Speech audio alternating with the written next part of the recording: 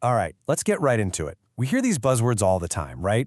Corporate governance, ethics. But what do they really mean for a company? Well, it turns out you really can't have one without the other.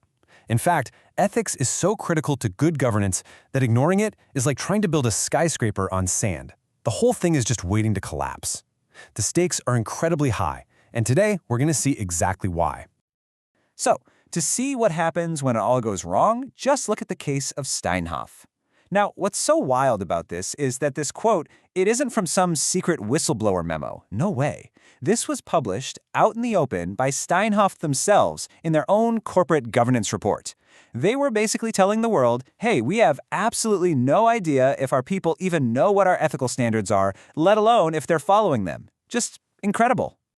And this is where the story goes from concerning to just completely unbelievable. The board signed off on that sentence in 2011. Okay, but then they did it again in 2012, and again in 2013 and 14, 15, and 16. For 6 straight years, the warning was right there, in black and white, in their own reports. And then, surprise, surprise, in 2017, the whole thing imploded. This wasn't a sudden accident. It was a train wreck that was announced year after year in slow motion. And look, Steinhoff is not some weird one-off case. After a whole wave of these corporate failures, a group of experts got together to figure out the patterns. And what did they find? This right here. The single biggest #1 red flag that a company is heading for disaster was the deliberate downplaying or outright neglect of ethics. And it makes total sense, right? If you're up to no good, the absolute last thing you want is a bunch of people running around talking about ethics and integrity. Okay, so we know it's crucial. We know what happens when you ignore it. But to really get a handle on this, we need to be crystal clear on what we even mean by ethics. It's not some fuzzy philosophical thing. It's actually, at its core, pretty simple. Let's just start with you and me. Personal ethics. A great way to think about it is this little triangle. You've got the self, you've got the other person, and you've got the good. See, you're being ethical when you don't just think about what's good for you, for the self, but you balance that with what's good for others. It's universal. It's basically the golden rule we all learned as kids. Treat other people how you'd want to be treated. Simple as that. So how does that translate to a big company? I absolutely love this quote from a CEO because it just cuts through all the jargon. Organizational ethics is about preventing decent people from doing stupid things.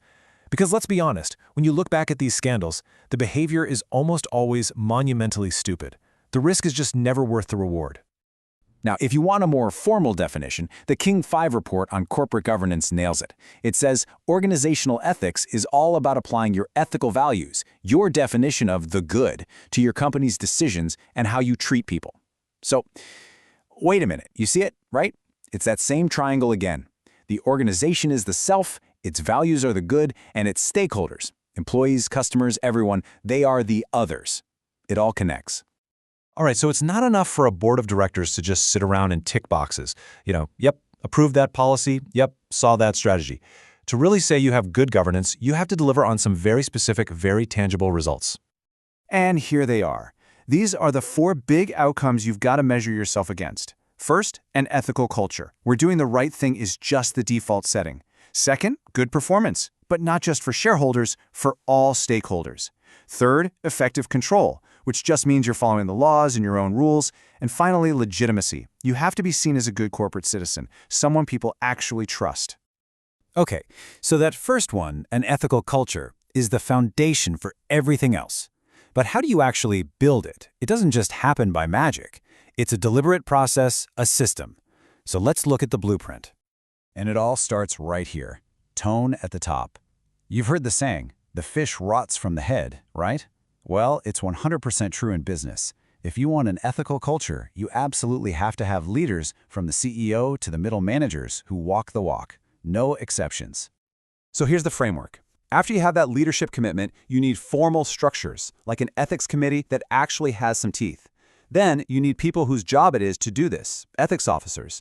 Their first task, a real risk assessment to find your company's weak spots. Then you build a strategy. Next, you have to institutionalize it. Make sure everyone knows the rules, is encouraged to follow them, and that someone's actually monitoring it. And finally, and this is key, you can't mark your own homework. You need an independent eye to tell you if what you're doing is actually working.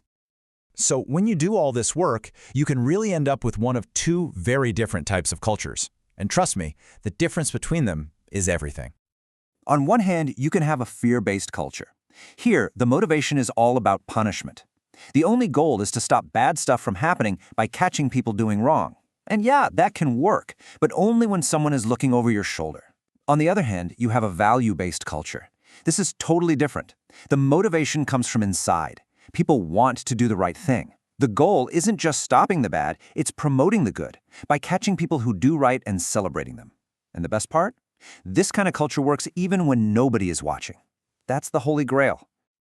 Now, check out this paradox. An international study looked at 14 countries, and it found that South Africa had the most sophisticated systems for managing ethics on paper. You know, all the codes, the policies, the committees.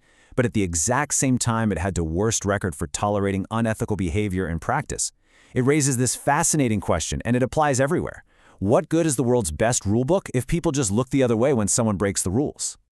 And that really brings us to the final and maybe the most important question, one that goes way beyond any single company and really applies to all of us, in our work and in our lives. Have we just gotten used to it?